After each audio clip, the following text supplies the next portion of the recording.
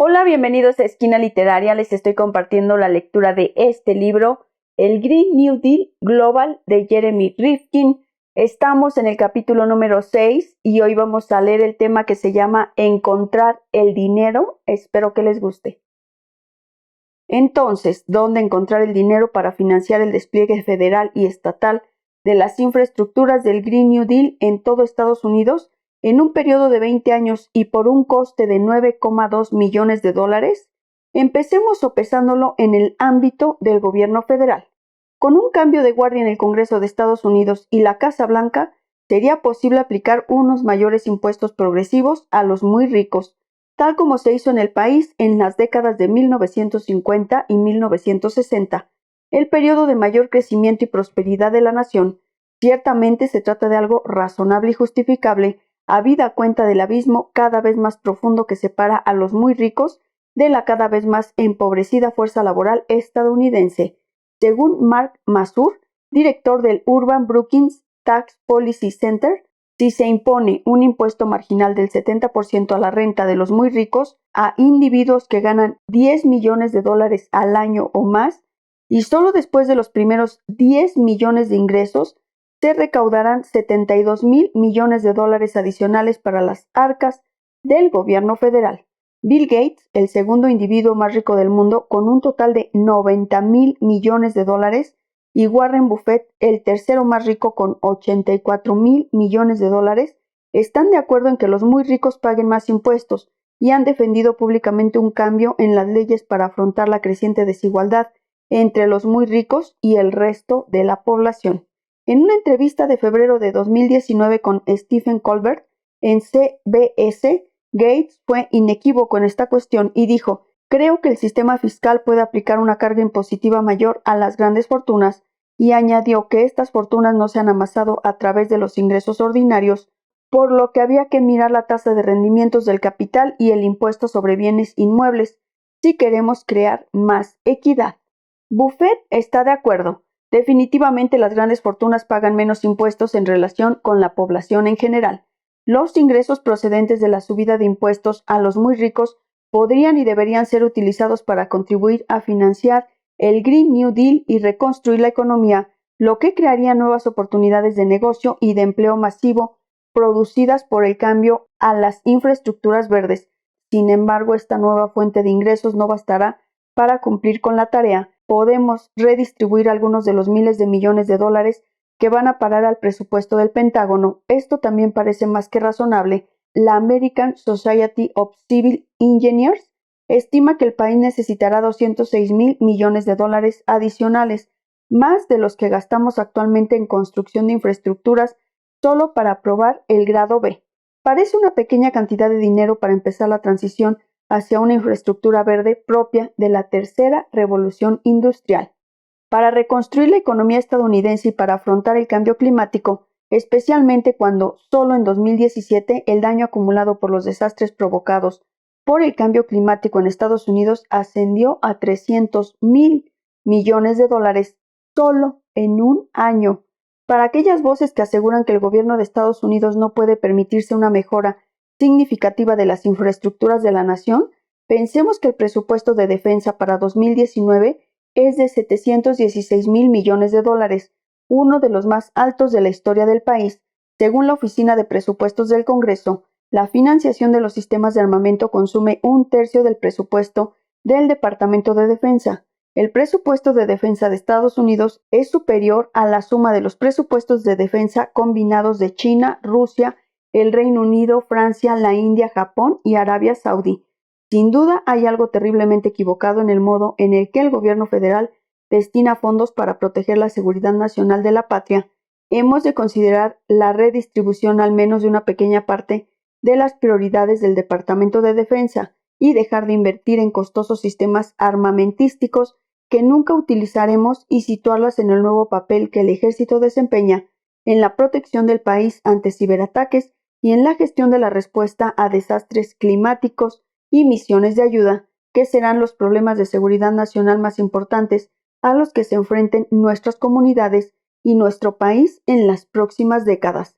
Otros $30 mil millones adicionales podrían obtenerse para la contribución del gobierno federal al Green New Deal, simplemente con el recorte del 12,6% del desmesurado presupuesto de los sistemas armamentísticos del Departamento de Defensa, que representa aproximadamente el 4% del presupuesto militar total para 2019. Si ni siquiera estamos dispuestos a redistribuir esta pequeña fracción del actual presupuesto de defensa para garantizar una red eléctrica nacional inteligente y resiliente capaz de afrontar la ciberguerra y los eventos climáticos catastróficos, estaremos poniendo al país en un serio peligro.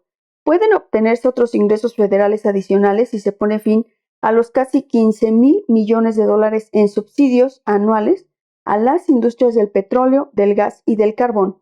No hay ninguna justificación para subvencionar el sector de los combustibles fósiles, cuyos activos se tornan rápidamente obsoletos. Si sumamos las cifras anteriores, esto es lo que conseguimos. El gobierno federal podría recabar 70,000 millones de dólares al año en nuevos impuestos a las grandes fortunas y 30,000 millones si recortara el 12,6% en la compra y el desarrollo de armamento, y unos 15,000 millones adicionales si pusiera fin a los subsidios del sector de los combustibles fósiles, lo que supondría un total de 115,000 millones de dólares en ingresos anuales para financiar la parte que corresponde al gobierno federal en la transición hacia las infraestructuras verdes de emisiones cero. Evidentemente, este es solo uno de los muchos escenarios potenciales para reunir los fondos necesarios para desplegar la contribución federal al Green New Deal en las 2 próximas décadas. Hay otras muchas combinaciones posibles, por ejemplo, un pequeño porcentaje de los ingresos por el impuesto universal al carbono podría utilizarse para ayudar a financiar la contribución tanto del gobierno federal como de los estados al Green New Deal, y el 90% restante se distribuirá entre las familias estadounidenses para que la carga de los impuestos al carbono recayera en la industria de los combustibles fósiles. Pero esta es la cuestión. Todas estas cifras son viables sin comprometer significativamente la vasta riqueza de los muy ricos, la preparación del Pentágono y el bienestar financiero de millones de familias estadounidenses. Dicho esto, otro lugar prometedor para ir en busca de dinero, al menos en parte, es el billón de dólares en fondos de pensiones públicos y privados que ahora se están fijando en las enormes oportunidades de inversión que acompañan a la transición completa hacia la tercera revolución industrial verde. La fiebre de las pensiones ya está en el aire en Estados Unidos y en labios de los políticos de ambos grandes partidos. En febrero de 2019, The Hill, la publicación que informa de los asuntos políticos a los cargos electos, la burocracia federal y los lobbies, publicó un artículo de opinión de Ingo Walter, profesor emérito de Economía de la Escuela de Negocios Stern de la Universidad de Nueva York, y de Cliff Lipschitz, socio director de Tradewind Interstate Advisor, titulado Public Pensions and Infrastructure, a Match Made in Heaven, Pensiones Públicas e Infraestructura, la unión perfecta, que sugería que la gigantesca Reserva Nacional de Fondos Públicos de Pensiones de los Trabajos mantiene un idilio con el gobierno que contribuirá a financiar unas infraestructuras actualizadas propias del siglo XXI. Parte de esta reserva financiera va a participar en el proceso y a financiar el despliegue de la red energética nacional y la transformación ecológica de los activos físicos, propiedad del gobierno federal. Se trata de una certeza. ¿Cómo encontrar el equilibrio adecuado entre la financiación directa del cambio de infraestructuras por parte del gobierno federal y la financiación con capital de fondos públicos, de pensiones y otras fuentes de capital privado? Probablemente se convertirá en una dinámica central en el Congreso y la Casa Blanca entre el Partido Demócrata y el Republicano. La liberación podría unir a ambos partidos en la inevitable transición hacia una economía de emisiones cero. Esta pareja perfecta viene con una importante advertencia. Cualquier uso de los fondos de pensiones sindicales en inversiones de infraestructuras verdes y proyectos relacionados debe incluir a la fuerza laboral sindicada en su aplicación, siempre que sea posible, para que el capital de las pensiones de los trabajadores no vuelva a usarse una vez más para financiar empresas contrarias a los sindicatos y que eliminarán los empleos sindicados de sus centros de trabajo, ya que actualmente solo el 11% de la fuerza laboral estadounidense pertenece a un sindicato y que habrá tantos proyectos de infraestructuras verdes que la carga de trabajo no se cubrirá solo con fuerza laboral sindicada.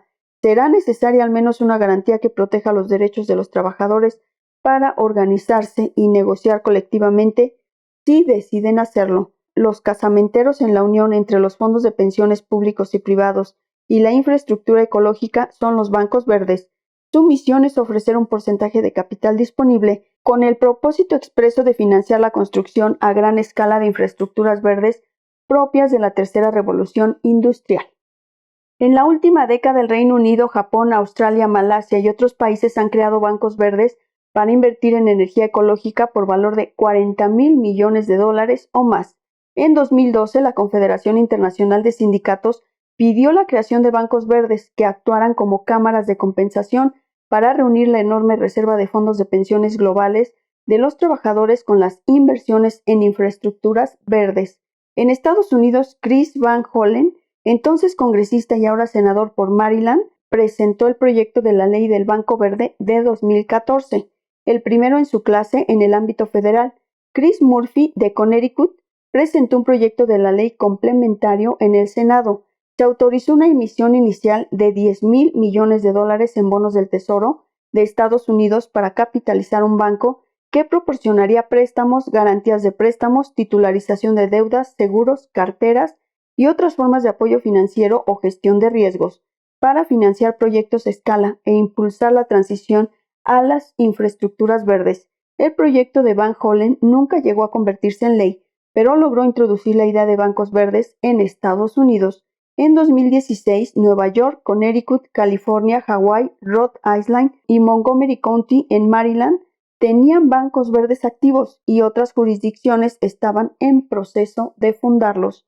Como los estados son responsables de la mayor parte de las infraestructuras, era evidente que cualquier iniciativa federal para institucionalizar un Banco Nacional Verde tendría que modificar su modus operandi para ajustarse a las muchas iniciativas de bancos verdes que ya estaban desarrollándose en el plano estatal. Así, cuando Van Hollen volvió a presentar un proyecto que pedía la creación de un Banco Nacional Verde en 2016, el nuevo proyecto de ley no permitió que el gobierno federal financiara directamente las infraestructuras verdes, ya que estipulaba que el Banco Verde tenía que limitarse a prestar fondos a los bancos verdes municipales y estatales, que serían los responsables de garantizar directamente las iniciativas en infraestructuras ecológicas. Al margen de la proporción del mix financiero, el capitán de los fondos de pensiones será una fuerza impulsora de la transformación, en una apuesta segura para el despliegue del Green New Deal. Decenas de millones de trabajadores invertirán sus fondos de pensiones en el futuro de sus países, con lo que velarán por la fuerza laboral sindicada cuando sea posible, protegerán los derechos de los trabajadores para organizarse, garantizarán un rendimiento seguro a los fondos de pensiones, pondrán en primer plano la cuestión del cambio climático y estimularán las enormes oportunidades de negocio y empleo que acompañan la transformación de la infraestructura de sus naciones en la emergente era verde. Independientemente del proyecto de Banco Nacional Verde que consiga ser aprobado por ley, los fondos públicos de pensiones e incluso un creciente número de fondos privados de pensiones se ocuparán de parte del trabajo pesado en la financiación del Green New Deal en el ámbito federal. Sin embargo, su interés primordial será garantizar la muy superior inversión en infraestructura verde en los ámbitos local y estatal, que asciende a $345,000 millones al año durante los próximos 20 años.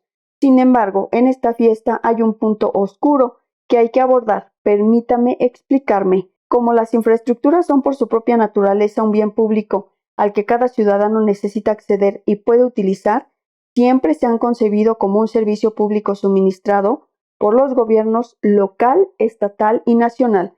Sin embargo, ha habido un cambio en los ámbitos estatal y local, con una progresiva adjudicación o trasvase de concesiones de infraestructuras públicas al sector privado y nuevas infraestructuras que se han privatizado desde el principio. Esto recibe el nombre de cooperación público-privada.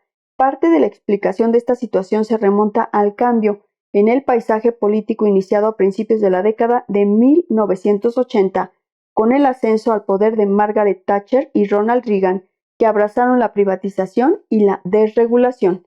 La justificación fue, y sigue siendo, que las agencias gubernamentales que supervisan y operan las infraestructuras financiadas y gestionadas por el gobierno, sin el acicate de la competencia, acaban por convertirse en burocracias letárgicas, de innovación escasa y pobres en gestión. Esto forma parte de la ideología neoliberal que favorece la privatización de las infraestructuras clave y permite que el mercado abierto las ponga bajo su control. De paso, he de añadir que ninguna evidencia ha respaldado nunca la idea de que las infraestructuras están mejor en manos privadas. El servicio ferroviario, la red eléctrica, el servicio postal, el servicio de salud, la televisión y otros servicios gubernamentales parecen funcionar con mucha eficacia, al menos en los países desarrollados. Sin embargo, la politización de las infraestructuras públicas cautivó la atención del público, al menos hasta el punto de envalentonar a los gobiernos neoliberales, de Thatcher a Reagan y de Blair a Clinton, para entregar buena parte de las responsabilidades tradicionales en infraestructuras al sector privado y a los caprichos y veleidades del mercado. Sospecho que, si alguna vez se escribe una historia exhaustiva de este periodo, descubriremos que el sector privado, saciado de los mercados convencionales, estaba ansioso por apoderarse de estos servicios de infraestructura potencialmente lucrativos y que venían acompañados de un público cautivo, un arreglo principesco para los mercados. En años más recientes ha tenido lugar una segunda oleada de privatizaciones de infraestructuras, fundamentalmente en respuesta al aumento de la deuda pública y en algunos países al deseo público de reducir la carga fiscal en una época en la que los salarios, sobre todo de las clases media y trabajadora, no han ido acordes al coste de la vida. Por lo tanto, no es una sorpresa que los gobiernos locales y estatales hayan ido privatizando progresivamente sus infraestructuras públicas. Sin embargo, las empresas privadas que las supervisan a menudo son mucho más agresivas al exprimir los beneficios de lo que consideran más un negocio que un servicio, lo que a menudo deriva en que los observadores de la industria llaman alzamiento de bienes. Es un problema habitual, padecido una y otra vez en las prisiones, autopistas de peaje, escuelas, etc., de gestión privada. Espero que les esté gustando la lectura de este libro, El Green New Deal Global, de Jeremy Rifkin. Los espero en el próximo video para continuar con esta lectura. Muchas gracias por escucharme.